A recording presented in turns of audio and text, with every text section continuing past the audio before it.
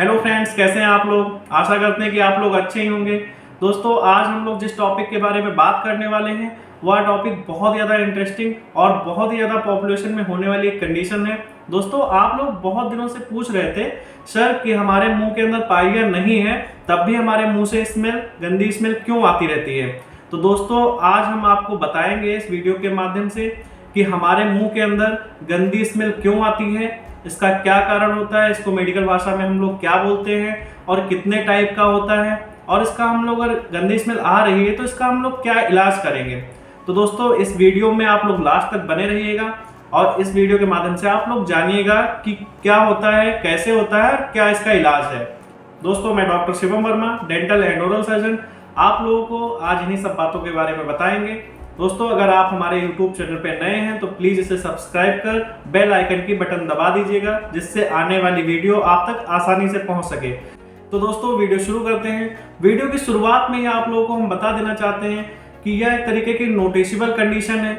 Noticeable condition से यह मतलब है कि इसको नोटिस किया जाता है कि सामने वाला पर्सन कोई भी इसको नोटिस करके आपको बताएगा कि आपके मुंह से स्मेल आ रही है। सामने वाले पर्सन में आपका फैमिली मेंबर, आपका दोस्त, आपका लाइफ पार्टनर कोई भी हो सकता है। आपको बहुत कम चांस है कि खुद से पता चल पाएगा कि आपके मुंह से गंदी स्मेल आ रही है। दोस्तों, बहुत ही ज़्यादा पॉपुलेशन में देखा जाता है मुंह से गंदी स्मेल आने का, और इसको हम लोग डिफरेंट नेम से भी बुलाते हैं। जैसे कि हम अपनी मेडिकल भाषा में ये बोलते हैं कि मेडलॉर हो गया, हेरोटोसिस है, बैड ब्रीथ है, तो ये अदर नेम्स भी रहते हैं और इसके डिफरेंट टाइप्स भी रहते हैं। जैसे कि आपका एक जेन्युइन हेलोटोसिस होता है। जेन्युइन हेलोटोसिस में दो टाइप्स होते हैं, जैसे कि आपका फिजियोलॉजिकल हेलोटोसिस, आपका पैथोलॉजिकल हेलोटोसिस। फिर इसमें भी दो टाइप्स होते हैं पैथोलॉजिकल हेलोटोसिस में, जिसको हम लोग इंट्राओरल हेलोटोसिस बोलते हैं और आपका एक्स्ट्राओरल हेलोटोसिस बोलते हैं। तो ये डिफरेंट नेम से इसको हम लोग बुलाते हैं और डिफरेंट टाइप्स भी होते हैं। दोस्तों, अब हम लोग बात करते हैं हेलोटोसिस के कॉजेस के बारे में, मतलब मुंह से गंदी स्मेल आने के क्या कारण होते हैं। तो दोस्तों, सबसे पहले नंबर पे पुअर डेंटल ओरल हाइजीन। अगर आपकी डेंटल हाइजीन अच्छी नहीं है तो मुंह से गंदी स्मेल आएगी ही आएगी। दोस्तों, दूसरे नंबर पे आता है टोबैको च्यूइंग। जो लोग पान मसाला गुटखा का सेवन करते हैं, मतलब खाते हैं, उनके साथ में मुंह से स्मेल आने का कारण, मतलब की दिक्कत बना रहता है। फिर आपका अगले नंबर पे आता है टोबैको स्मोकिंग, मतलब कि जो लोग बीड़ी, सिगरेट, गांजा, इन सब चीज़ों को स्मोक करते हैं, उनके साथ में भी ये दिक्कत बनी रहती है कि मुंह से गंदी स्मेल आती है। फिर आपका आता है अगले नंबर पे अल्कोहल। अल्कोहल का जो लोग सेवन करते हैं तो उनको जब भी सेवन करेंगे उनके मुंह से स्मेल आनी ही आनी है। फिर आप देखा गया है कुछ जगहों पे कि वेजिटेबल कुछ एक होती हैं जिसकी वजह से भी रहता है। जैसे कि आपका हो गया प्याज। प्याज अगर आप खाओगे, जब कभी भी खाओगे, तो आपको स्मेल आएगी ही आएगी। तो इसलिए प्याज का सेवन जब भी करें तो कुल्ला वगैरह कर लेना चाहिए। फिर आपका अगले नंबर पे आता है डेंटल हाइजीन की। अगर हम लोग बात कर रहे हैं, जैसे मुंह से स्मेल की बात कर रहे हैं, तो डेंटल हाइजीन में और भी बहुत सारी चीज़ें आती हैं। जैसे कि कीड़ा लग गया दांतों में, अगर दांतों में कैरीज है, कीड़ा लगा हुआ है, तो वहाँ पे मुंह से स्मेल आएगी आपको। दूसरा, अगर पेरिडेंटल डिजीजेज, कोई भी अगर पेरिडेंटल के पहले हमने आपको पहले भी वीडियो बताया हुआ है, तो जैसे कि जिंजवाइटिस हो गया, पेरिडोंटाइटिस हो गया, स्टेन हो गया, कैलकुलस हो गया, प्लाग हो गया, बहुत सारे ऐसे चीज़ें हैं। अगर वैसी कोई दिक्कत हो रखी है तो आपके मुंह से स्मेल आएगी ही आएगी। आपका अगले नंबर पे आता है मेडिसिन। कुछ एक मेडिसिन होती हैं जिसकी वजह से भी हेलोटोसिस जैसे समस्या का सामना करना पड़ता है। कभी कभी क्या होता है कि हमें मुंह सूखने की कोई दिक्कत हो गई, किसी दवा को हमने खाया जिसकी साइड इफेक्ट की वजह से हमारा मुंह सूख रहा है, उसकी वजह से भी हमारा हेलोटोसिस का एक दिक्कत आ जाता है कि मुंह से स्मेल आना शुरू कर देता है। कुछ एक डिजीजेज होती हैं जो सिस्टमिक डिजीज होती हैं, जिसकी वजह से भी आपको हेलोटोसिस जैसी समस्या का सामना करना पड़ सकता है। जैसे कि आपके अगर किडनी में इन्फेक्शन है, या फिर आपके लीवर में इन्फेक्शन है, या फिर आपके फेफड़े में इन्फेक्शन है, या फिर आपको गैस की समस्या बनी हुई है, गैस्ट्राइटिस हो रखा है, बहुत ज़्यादा होता हो, या फिर हल्का फुल्का होता हो, या फिर आपको उल्टी ऐसा महसूस होता हो, तो इन सब समस्याओं के सामने भी ये दिक्कत बनी रहती है कि हेलोटोसिस, आपके मुंह से गंदी स्मेल आती रहेगी। कुछ एक ओरल पैथोलॉजिक लीजन होते हैं, जैसे कि आपका माउथ कैंसर हो गया, मुंह के अंदर कोई कैंसर वगैरह की ऐसी बीमारी हो रखी है, उसकी वजह से भी स्मेल बहुत गंदी आती है। आपका अगर कोई कैंडिडियासिस, जैसे कि अगर आपके मुंह के अंदर पैथोलॉजिक लीजन ऐसा हो गया, कैंडिडियासिस हुआ है, या फिर लाइकन प्लेनस है, या OSMF है या ल्यूकोप्लेकिया ऐसी कोई अगर दिक्कत है तो उस टाइम पे भी स्मेल आती है। दोस्तों अगर आपको कोई जैसे कि पेरिडेंटल एब्सेस, मतलब कि अगर कहीं से पस निकल रहा है मुंह के अंदर, उसमें कहीं से भी आ सकता है, जैसे कि आपके अगर डेंटल कैरीज था, कीड़ा लगा हुआ था, बहुत ज़्यादा डीप हो गया, उसके बाद में नीचे की साइड में उसके रूट पे इन्फेक्शन हो गया जाके, तो वहाँ से भी पस कभी कभी आना, डिस्चार्ज होना शुरू हो जाता है। तो ऐसी कंडीशन में भी आपको स्मेल आ सकता है। अगर आपके ग्लैंड में किसी इन्फेक्शन हो गया है, जैसे कि आपका स्लाइवरी ग्लैंड में, पैरोटिड ग्लैंड, कोई भी अगर ग्लैंड में अगर दिक्कत है, तब भी आपके मुंह से स्मेल आ सकती है। अगर आपको क्लेफ्ट पैलेट जैसे कि आपको पिक्चर में दिख रहा होगा, वैसा अगर हो रखा है तब भी आपके मुंह से स्मेल आएगी।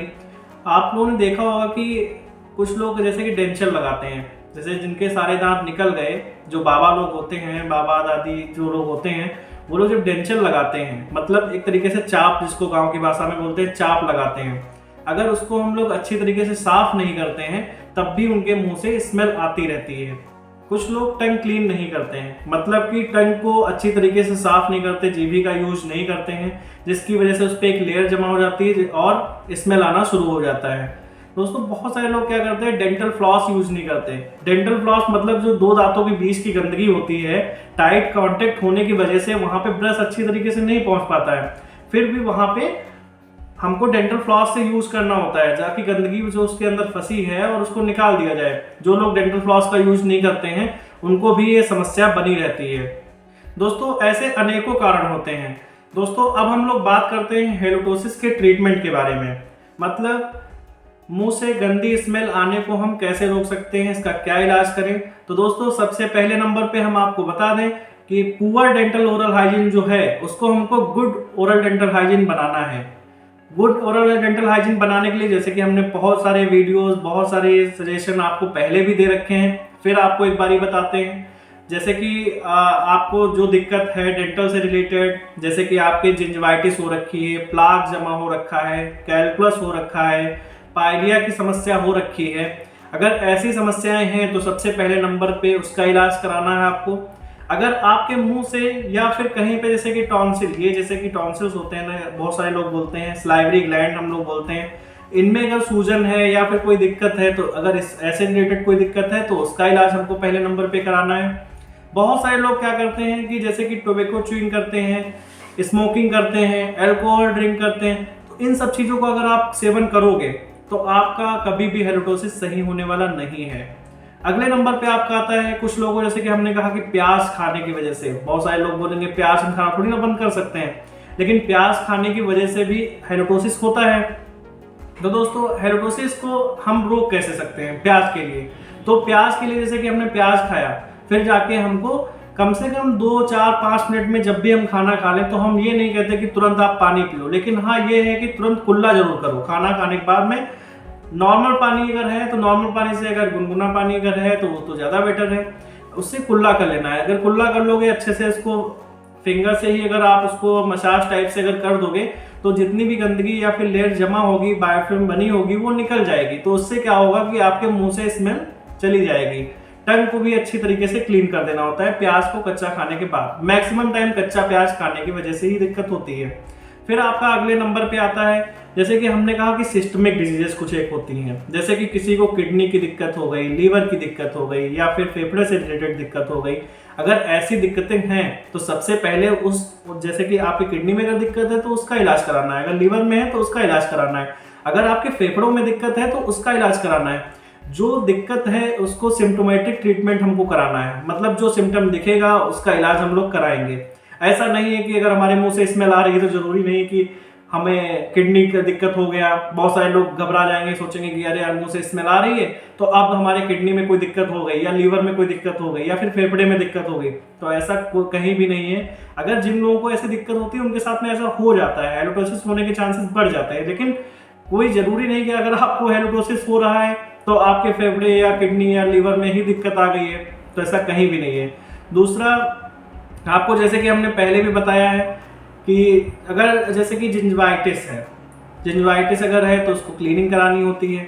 अगर आपको इसके अलावा भी और भी ओरल डेंटल जैसे रिलेटेड बहुत सारी बीमारियां होती हैं, डिजीजेज होती हैं, तो उनके लिए जैसे कि आपको ट्रीटमेंट कराना ही कराना होता है। जैसे कि आपका पैथोलॉजिक लीजन अगर बन गया है मुंह के अंदर, जैसे कि आप पैथोलॉजिक लीजन में अगर आप कहेंगे तो कैंडियासिस होता है, कैंसर होता है, तो उसको हमें ठीक कराना ही कराना है। अगर उसको ठीक नहीं कराएंगे तो और भी चीज़ें दिक्कत करेंगी। तो इस चीज़ के लिए भी कभी कभी क्या होता है कि कैंडियासिस हुआ तो उसको शुरुआती तौर पे सही किया जा सकता है, स्मेल भी चला जाएगा और वो दिक्कत भी सही हो जाएगी। लेकिन तब भी लोग शुरुआत में नहीं समझ पाते इस चीज़ के बारे में, वो सोचते हैं कि थोड़ा सा घाव है भी सही हो जाना है।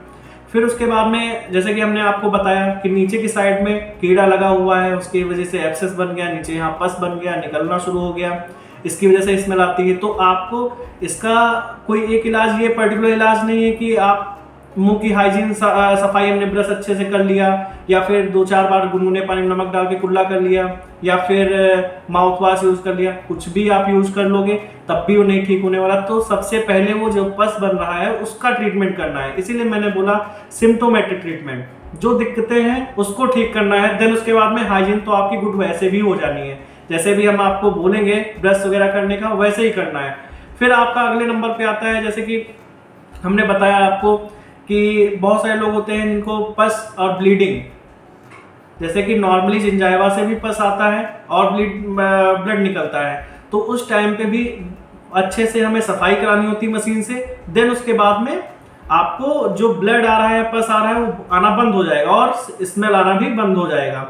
फिर आपका अगले नंबर पे आता है टंग की सफाई। जैसे दांतों की सफाई तो हर कोई कर लेता है, लेकिन टंग की सफाई बहुत कम लोग करते हैं। जैसे टंग क्लीनर आता है, इसको हम लोग जीभी बोलते हैं गांव की भाषा में।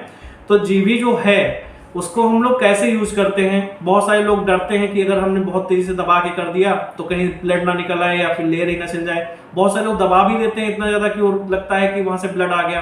तो ऐसा नहीं, एक प्रेशर, एक मिनिमम प्रेशर दिया जाता है, बहुत नॉर्मल सा। आपको जितनी लेयर हट सकती है उतना ही हटाना है, जबरदस्ती नहीं हटाना है। लेकिन हाँ, टंग क्लीन का जो आपका जीवी है, टंग क्लीनर है, उसका हर रोज यूज करना है। हर रोज यूज करने से ये होगा कि उस पर कोई लेयर बनेगी ही नहीं और स्मेल बहुत कम चांस हो जाएगा कि स्मेल आएगी। फिर उसके बाद में जैसे कि डेंटल फ्लॉस, आप लोगों ने ब्रश तो किया, कभी भी ब्रश करने को कोई नहीं छोड़ता है कि ब्रश नहीं कर। बहुत कम लोग होते हैं जो फिंगर से ब्रश कर लिए, किसी अदर जो टूथपेस्ट, सूखा टूथपेस्ट आता है उससे बहुत सारे लोग मंजन कर लेते हैं, तो वो तो अलग चीज़ हो गई। लेकिन जब भी हमें ब्रश करना है, नॉर्मल ब्रश जो सॉफ्ट ब्रश आता है उस ब्रश से यूज करना होता है। जो हमारा डेंटल फ्लॉस है, डेंटल फ्लॉस जो लोग यूज नहीं करते हैं, जैसे हम लोग देखो, आपको दिख भी रहा होगा, तो डेंटल फ्लॉस ऐसा होता है धागे जैसा, फिर उसको हम लोग इस तरीके से यूज करते हैं। तो आप जब कभी भी नेक्स्ट वीडियो बनाएंगे तो आपको हम बताएंगे कि डेंटल फ्लॉस का यूज हम लोग कैसे करते हैं। फिर उसके बाद में जैसे कि अगर डेंटल फ्लॉस हम लोग नहीं यूज किए तो टाइट कॉन्टेक्ट, जैसे दिन दांतों के बीच में स्पेस नहीं होता है, तो वहां पे गंदगी कैसे साफ होगी, तो गंदगी साफ करने के लिए डेंटल फ्लॉस का यूज किया जाता है। तो इसीलिए डेंटल फ्लॉस हमको यूज करना होता है। फिर आपका अगले नंबर पे आता है, जैसे कि हमने आपको बताया कि गले, जैसे गैस की दिक्कत हुई या गले की वजह से, या फिर बहुत सारे लोगों को वोमिटिंग ऐसे ही होने शुरू हो जाती है, उन लोगों को भी इस मतलब कि मुंह से गंदी स्मेल आती है। या फिर कभी कभी क्या होता है, प्रेगनेंसी के टाइम पे वोमिटिंग ऐसे होता है तो उसकी वजह से भी उनको स्मेल आता है। तो प्रेगनेंसी तो नॉर्मल है, 9 मंथ के बाद में जब डिलीवरी हो जाएगा तो स्मेल आना भी उनका कम हुई हो जाएगा, लेकिन हाइजीन उनको भी मेंटेन करना है। फिर उसके बाद में अगले नंबर पे आपका आता है, जैसे कि हमने आपको बताया कि वोमिटिंग और गैस की दिक्कत। जब गैस की दिक्कत आपको बनी रहेगी तो आप हाइजीन कितना भी अच्छे से कर लो, लेकिन आपको स्मेल जो आएगी अंदर से वो गंदी ही स्मेल आएगी। इसलिए गैस का इलाज कराना है, हाइजीन तो मेंटेन कर ही रहे हो। दोस्तों, मैंने पहले भी आप लोगों को बता रखा है कि आपको 2 टाइम ब्रश करना होता है, एक तो रात में सोने से पहले, एक सुबह उठने के बाद। 2 टाइम ब्रश करना होता है। गुनगुने पानी में नमक डाल के कभी कभी कुल्ला भी कर लेना होता है। जैसे कि अगर हम लोग कोई भी चीज़ खाते पीते हैं, यहाँ तक कि पानी को छोड़ के कोई भी चीज़ खाए पिए, तो हमको नॉर्मल पानी से कुल्ला जरूर कर लेना होता है। खाना खाने के बाद या फिर जो भी चीज़ करें उसके साथ में हमें कुल्ला कर लेना होता है 5 से 10 मिनट के अंदर, ताकि वहाँ पे अगर हमें बायोफिल्म बनी हुई है, प्लाक जमा हुआ है, तो वो हट जाएगा, जिससे स्मेल आना बंद हो जाएगा आपको। दूसरा, आपको जैसे कि बहुत सारे माउथ वॉश भी आते हैं, अगर आप माउथ वॉश का यूज नहीं कर रहे हैं तो आपको माउथ वॉश भी यूज करना चाहिए। अगर मुंह से स्मेल आने की दिक्कत है तो माउथ वॉश आपका बहुत ज़्यादा हेल्पफुल रहता है। कुल मिला के दोस्तों, आप लोगों को अपनी हाइजीन मेंटेन करके रखना है। जैसे आपको हमने पहले वीडियोस बहुत सारे बना रखे हैं कि ब्रश करने का तरीका बताया है, और आपको ये भी बताया है कि प्लाक क्या होता है, कैलकुलस क्या होता है, जिंजवाइटिस क्या होता है, पेरियोडोंटाइटिस क्या होता है, ये सब चीज़ें हमने आपको बताई हैं। तो वो उन सब चीज़ों को वीडियो को पहले आप देखिएगा, उसमें हमने उसका इलाज भी बताया है कि कैसे कैसे इलाज कर सकते हैं, घर पे भी इलाज कर सकते हैं उसका है। और अगर इलाज हो पा रहा है तो फिर डॉक्टर्स को दिखाना ही दिखाना है। अगर दोस्तों ये वीडियो जैसे कि हमने आपको इन्फॉर्मेशन के लिए बनाया है, अगर आप लोगों को अच्छी लगी हो तो प्लीज़ लाइक करिएगा।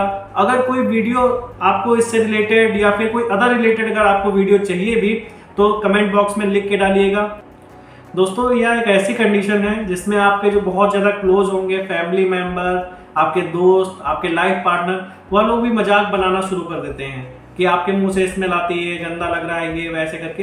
तो आप लोग इस चीज़ के लिए, और वो जो जिसके साथ में ऐसी दिक्कत हो रखी होती है वो बेचारा बहुत नर्वस हो जाता है। तो ऐसी कंडीशन ना लाइए। अगर किसी के साथ में ऐसी दिक्कत है तो प्लीज़ उस तक ये वीडियो शेयर करिएगा ताकि वो जान सके कि कैसे कैसे दिक्कतें होती हैं।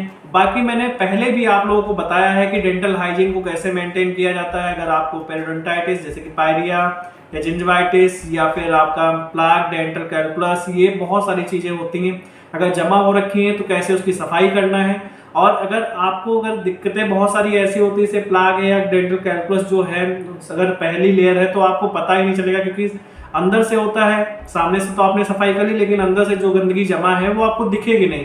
तो ये ज़्यादा अच्छे से डेंटिस्ट ही चेकअप करके पता कर पाता है। तो इसलिए आपको अगर कोई दिक्कत ज़्यादा लगती है तो पहले तो आप घर पे ट्राई करिए। अगर नहीं हो पा रहा है तो आप डेंटिस्ट से जरूर संपर्क करिएगा। अगर आप हमारे नज़दीक में हैं तो हमसे संपर्क करिएगा। अगर कहीं आप बाहर से देख रहे हैं वीडियो तो फिर आप अपने नज़दीकी डेंटिस्ट से संपर्क करिएगा, वो आपको ज़रूर बताएंगे कि इसका क्या सोल्यूशन है। लेकिन मुझे लगता है 99% चांसेस रहता है, जैसे मैंने आपको हाइजीन मेंटेन करने को बोला है, मैक्सिमम चांस रहता है कि हाइजीन की वजह से, पुअर डेंटल ओरल हाइजीन की वजह से दिक्कतें होती हैं, वहाँ पे वो चीज़ें सही हो जाती हैं। अगर सिस्टमिक डिजीज़ की वजह से कोई है तो वहाँ पे ठीक करने में टाइम लगता है। अगर प्रेगनेंसी का है तो वो तो आपका टाइम आने पे ही सही हो जाना है। अगर आपको और भी कोई दिक्कतें हैं तो उस वजह से, जैसे कि यहाँ पे सूजन टॉन्सिल्स में या फिर स्लाइवरी ग्लैंड में कहीं भी अगर आपको हो रखी सूजन वगैरह या फिर किसी और चीज़ से है तो फिर आपको वो सही हो जाएगा। जब बीमारी सही होगी तो वो अब स्मेल आना भी सही हो जाएगा। बाकी आपको जैसे मैंने बताया है वैसे आप करिएगा। Thank you.